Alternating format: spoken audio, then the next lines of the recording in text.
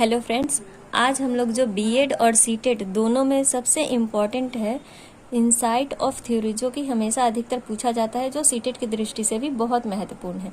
तो चलिए आज हम इसको देखेंगे। ये बीएड फर्स्ट ईयर में आता है, कोर्स थर्ड में, मतलब पेपर थर्ड को देख लेते हैं हम। ये बहुत इंपॉर्टेंट क्वेश्चन है कि सीखने के सूझ के सिद्धांत का वर्णन कीजिए, या सूझ के सिद्धांत की जगह आप लोगों को दे देगा अंतर्दृष्टि का सिद्धांत, या दे देगा कि कोहलर एवं कोफका के सिद्धांतों का वर्णन करें, तो कुछ भी दे सकता है। तो वहां पर इन सब का मतलब यही है कि कोहलर का ही ये सिद्धांत है। सूझ का सिद्धांत को ही अनुभव का सिद्धांत भी कहते हैं। तो ये कोई भी नाम दे देगा, घबराना नहीं है, आप लोग ये आसान भाषा में सीखें इसको। देखिए तो अभी सबसे पहले अधिगम को जान लेते हैं कि अधिगम आखिर है क्या। अधिगम या सीखने का अर्थ, तो चलिए इसको देखते हैं कि सीखना ये अधिगम एक व्यापक एवं सतत प्रक्रिया है। मतलब सीखना क्या है, जो जीवन भर चलते रहता है, मतलब हमेशा चलता है। जब से इंसान जन्म लिया तब से चालू होकर के मृत्यु पर्यंत तक यह चलते रहता है। इंसान हर समय हर पल सीखते रहता है।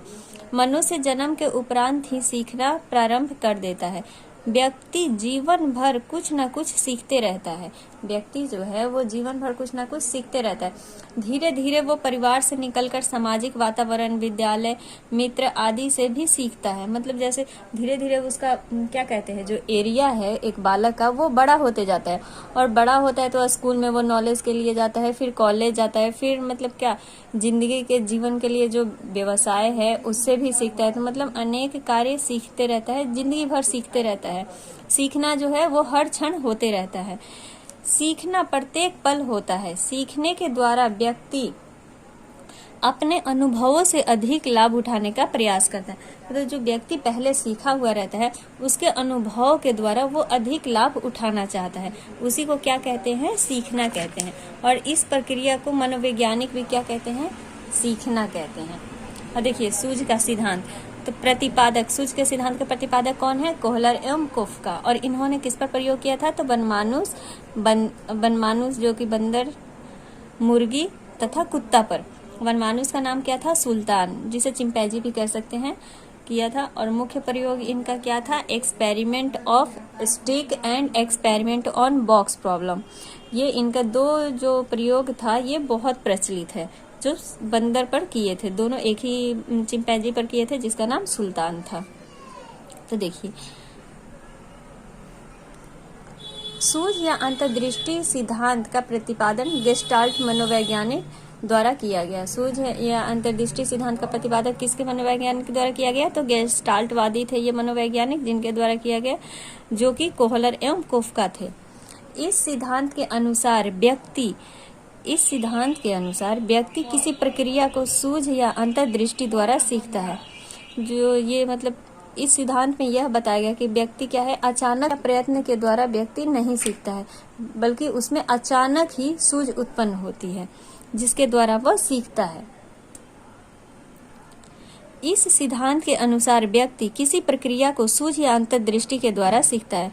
मतलब कोहलर एवं कोफका का कहना यह था कि कोई भी व्यक्ति कोई भी चीज सीखता है तो अचानक सीखता है, उसके मतलब भूल या प्रयत्न के द्वारा नहीं सीखता। जबकि थंडाई क्या कहते हैं कि व्यक्ति भूल एवं प्रयत्न के द्वारा सीखता है, उनका यह सिद्धांत है।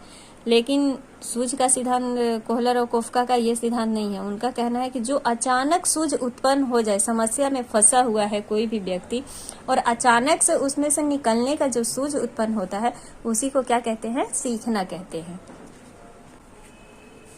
देखिए यहाँ पर कहा भी गया है कि जब भी व्यक्ति किसी विषय या पाठ को सीखता है तो वह सीखने से संबंधित जो परिस्थिति उसके सामने आती है उस हर पहलू को समझने की कोशिश करता है। जब मतलब कोई भी अगर परिस्थिति आती हो तो उसको पहले समझेगा, तब उसके अंदर अचानक से सूझ उत्पन्न होता है, तभी तो वो समस्या का हल कर पाएगा।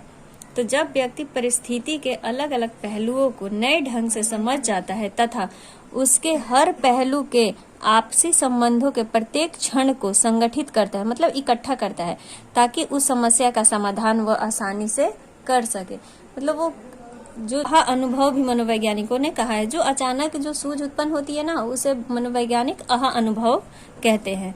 अतः सूझ जो है वो अचानक उत्पन्न होती है, इसके लिए अभ्यास की जरूरत नहीं होती। सीखने वाले व्यक्ति में जैसे ही सूझ उत्पन्न होता है वह तुरंत सही अनुक्रिया करना सीख लेता है। मतलब जैसे ही उसके अंदर सूझ उत्पन्न होगी तो वो सही मतलब अपना मार्ग तो निकाल ही लेगा, तो उससे क्या कहते हैं, समस्या से वो निकल जाता है। तो इसी को कहते हैं सही अनुक्रिया करना। अतः इस सिद्धांत के अनुसार सीखना धीरे धीरे नहीं बल्कि अचानक होता है। सूझ के सिद्धांत को कोहलर ने अनेक जानवरों पर प्रयोग किया। जैसे पहले ही बता चुकी हूँ मैं कि वनमानुष, बंदर, मुर्गी, कुत्ता सर्वाधिक प्रचलित किए थे, जबकि सर्वाधिक प्रचलित प्रयोग उनका वनमानुष पर किया गया। इनके द्वारा 1913 से 1918 के बीच कैनरी द्वीप में सुल्तान नामक वनमानुष पर किया गया प्रयोग सबसे अधिक प्रचलित है। जो कोहलर और कोफ्का जो प्रयोग किए थे कैनरी द्वीप पर सुल्तान नामक वनमानुष पर, वो सबसे ज्यादा प्रचलित प्रयोग है। कोहलर द्वारा सुल्तान पर किए गए 2 प्रयोग बहुत प्रचलित है, जो निम्न है: छड़ी समस्या पर प्रयोग तथा बॉक्स समस्या पर प्रयोग। ये 2 प्रयोग है जो सबसे अधिक प्रचलित है अभी तक। छड़ी पर समस्या का प्रयोग, एक्सपेरिमेंट ऑफ स्टिक प्रॉब्लम। छड़ी समस्या में कोहलर ने एक पिंजरे में सुल्तान नामक चिंपैंजी को बंद कर दिया। वनमानुष भूखा था। पिंजरे में 2 छड़ी इस प्रकार रखी गई कि उन्हें एक दूसरे में मतलब जोड़ा जा सके। इस तरह से वो छड़ी रखी गई थी कि उसे जोड़ दिया जाए, मतलब एक दूसरे में वो फंस जाती, ऐसी छड़ी रखी गई थी। और पिंजरे के बाहर केले रख दिए गए थे। सुल्तान बहुत भूखा था। वह बाहर रखे केले को कभी हाथ से तथा कभी पैर से बारी बारी से कोशिश कर रहा था पकड़ने की, पर वह नाकाम रहा। मतलब वो कामयाब नहीं हो सका, नहीं पकड़ पाया। एकाएक चिंपैंजी की दृष्टि छड़ी पर गई। वह कभी एक छड़ी से केले लेने की कोशिश करता तो कभी दूसरी छड़ी से, पर वह सफल नहीं हो सका। मतलब चिंपैंजी जो था उसकी अचानक दृष्टि कहाँ गई, छड़ी पर गई, तो वह छड़ी से लेने की कोशिश कर रहा था परंतु वह असफल रहा। देखिए, निराश होकर वह पिंजरे को देखना प्रारंभ कर दिया और अंत में उन दोनों छड़ियों से खेलना शुरू कर दिया। इसी बीच में अचानक छड़ी जुड़ जाती है। मतलब जब वो अगर ऐसे कर करके खेलता है तो क्या होता है कि अचानक जो खेल रहा होता है तो अचानक छड़ी जुड़ जाती है। इसके परिणाम स्वरूप वनमानुष में उत्साह और खुशी देखी गई। मतलब जब उसकी छड़ी जुड़ती है तो क्या देखा गया कि वनमानुष बहुत खुश था, जो सुल्तान था वो बहुत खुश और उत्साह हुआ। इस लंबी छड़ी के सहारे बाहर रखे केला को खींचकर प्राप्त कर लेता है और खा लेता है। जब छड़ी उसकी जुड़ जाती है तो वो केला अपना ले लेता है और खा लेता है। बाद में जब इस क्रिया को दोहराया गया तो यह देखा जाता है कि चिंपैंजी जो था सुल्तान, वह तुरंत ही दोनों छड़ियों को जोड़ लेता है और केला खींचकर खा लेता है। तो ये था छड़ी पर किया हुआ प्रयोग। देखिए, जो कोहलर और कोफ्का है उन्होंने दूसरा प्रयोग भी, जो बॉक्स का प्रयोग था, वो भी उसी सुल्तान नामक जो चिंपैंजी था उस पर ही किया।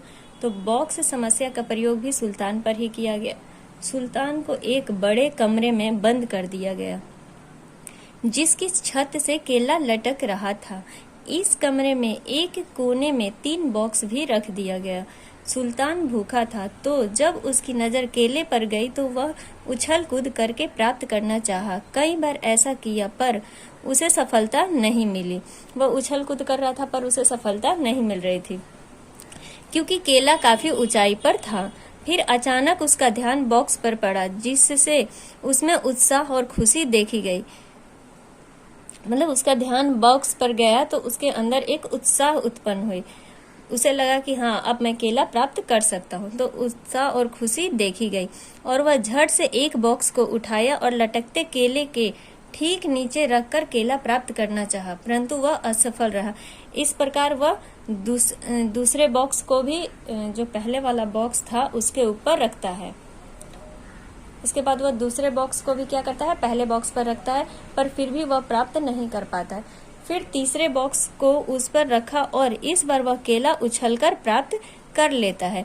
कोहलर के इस प्रयोग पर ध्यान देने से यह स्पष्ट हो गया कि सीखना किस पर निर्भर करता है, सूझ पर निर्भर करता है। मतलब जब तक हमारे अंदर सूझ उत्पन्न नहीं होगी तब तक हम कोई भी कार्य नहीं सीख सकते हैं। तो सूझ का उत्पन्न होना बहुत ही आवश्यक है। अब चलिए देख लेते हैं शैक्षिक निहितार्थ। एजुकेशन इम्प्लीकेशन, शैक्षिक निहितार्थ। तो पहला क्या कोहलर के अनुसार क्या है, सीखने की प्रक्रिया अचानक उत्पन्न होती है क्योंकि यह सूझ पर आधारित होती है। दूसरा पॉइंट है, यह सिद्धांत बुद्धि, सृजनात्मक कल्पना तथा तर्क शक्ति आदि संज्ञानात्मक योग्यताओं का विकास करने में उपयोगी सिद्ध हो सकता है। हाँ, सूझ जब तक हमारे अंदर नहीं आएगा तब तक हम कोई भी कार्य या कल्पना को नहीं सोच सकते हैं, सृजनात्मक कार्य नहीं कर सकते हैं।